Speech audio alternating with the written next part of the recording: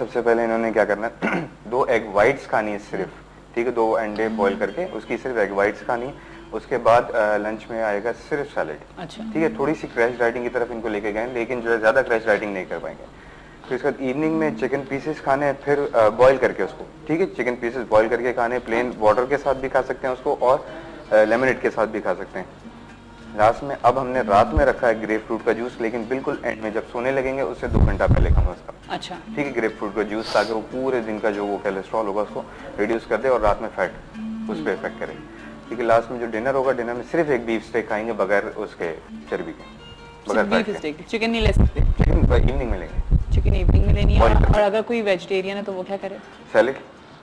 Salad لے, وہ صرف سیلڈ لے. صرف سیلڈ لے. تو کاربس آپ بالکل بھی نہیں دے رہے ہیں؟ نہیں, ابھی فی الحال نہیں دے رہے. اچھا ٹھیک ہے. تو کاربس دینا ضروری ہوتی ہیں یا فی الحال تھوڑے 2-3 دن کے لیے کم از کم جو ہے نا چھوڑنا پڑے گا. 2-3 دن کے لیے چھوڑنا پڑتا ہے, ٹھیک ہے, اگر جن کو ایک دم سے اپنا ویٹ ریڈیوس کرنا ہے. لیکن کریش ڈائٹنگ کا ایک چھوٹا سا وہ ہے, سیمپل ڈائٹ ہے, اس میں کریش ڈائٹنگ میں آ جاتی ہے, لیکن جو اتنی زیادہ کریش ڈائٹنگ نہیں ہے, کیونکہ اس میں صرف ایک دن انڈے بوائل کر کے کھائے جاتے ہیں, ٹھیک ہے, پھر ایک دن جو ہے صرف بنانا شیک ہوتا ہے, صرف بنانا شیک ہوتا ہے. اچھا, لیکن اس سے موشن کا پرابلم آتا ہے. اچھا, ٹھیک ہے, تو اسی لیے جو ہے اس کو مکس کر دیتے ہیں ہم لوگ, مرج کر دیتے ہیں, ٹھیک ہے, تو اس سے ویٹ ریڈیوس ہوتا ہے. لیکن دونوں چیزیں جو ہے وہ ساتھ میں چلیں گی. ایکسرسائز اس کے لیے لازمی ہے. جیسے فوراً ویٹ گرانا ہے نا ان کو, اگر ہفتے کے اندر ریزلٹ چاہیے 1.5 kg 2 kg, تو اس کے لیے یہ ڈائٹ ہے. ٹھیک ہے جی, تھینک یو سو مچ ہلال کہ آپ نے اتنی چیز ہمیں ڈائٹ پلان دیا. ساتھ ساتھ آج ہم نے کارڈیو کیا, بہت دنوں بعد آج ہم نے کارڈیو کیا, تو میرے خیال سے جنہوں نے دیکھا ہوگا تو وہ لوگ اگر کریں گے تو ان کو اندازہ ہوگا کتنی افیکٹو ہے.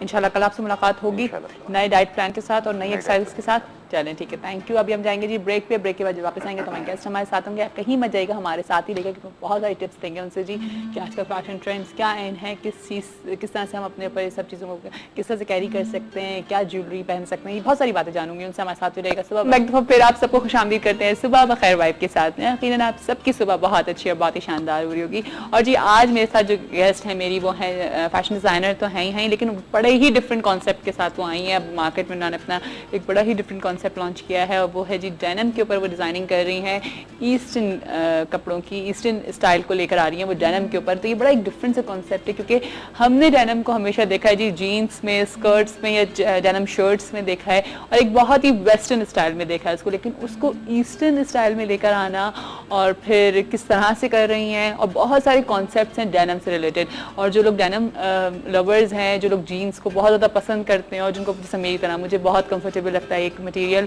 بہت مزہ آتا ہے آپ کو اس کو پہننے میں, آپ پورا دن پہنے رہے ہیں, آپ بڑا ایزی رہتے ہیں, بڑا کمفرٹیبل رہتا ہے آپ کا, آپ بہت کمفرٹیبل رہتے ہیں. اور وہی والی بات ہے نا کہ جب آپ کمفرٹیبل ہوتے ہیں تو آپ جو ہے نا ہر کام بڑا آسانی سے کر رہے ہوتے ہیں. کہیں آپ کو کہیں پرابلم ہو رہی ہوتی ہے تو پھر آپ تھوڑے سے کانشیس ہونا اسٹارٹ ہو جاتے ہیں. تو ویلکم کرتی ہوں اپنے شو کے اوپر حسینہ کھنانی کو, جو میرے ساتھ آج میری گیسٹ ہیں. السلام علیکم. وعلیکم السلام. کیا حال ہے حسینہ؟ I'm good. آپ بتائیں. ماشاءاللہ نام کی طرح حسینہ لگ رہی ہو, رائٹ؟ Thank you. اور کلر بھی بالکل بہت اچھا لگ رہا ہے نا. اور لائک آج کل سے مجھے بات بتاؤ کہ ونٹرز میں ہمارے کانسیپٹ تھا کہ ہم لوگ ڈارک کلرز پہنا کرتے تھے, لیکن اب سمرز میں بھی ہم لوگ بہت ڈارک کلرز پہن رہے ہیں, اور مارکیٹ میں بھی ہمیں بہت ایزیلی دیکھنے کو مل رہے ہیں. تو کیا اس وقت ان ہے یہ سارے کلرز ٹرینڈ ان ہے کہ جی ڈارک کلرز ہمیں سمر میں بھی مل رہے ہیں؟ ویسے یہ ہے کہ نارملی تو یہی ہوتا ہے کہ ونٹر میں آپ ڈارک پہنتے ہیں, سمر میں آپ یلو اورنج کی طرف جاتے ہیں, لیکن کیونکہ darker colour makes you look slimmer and everyone wants to look like زیادہ پتلا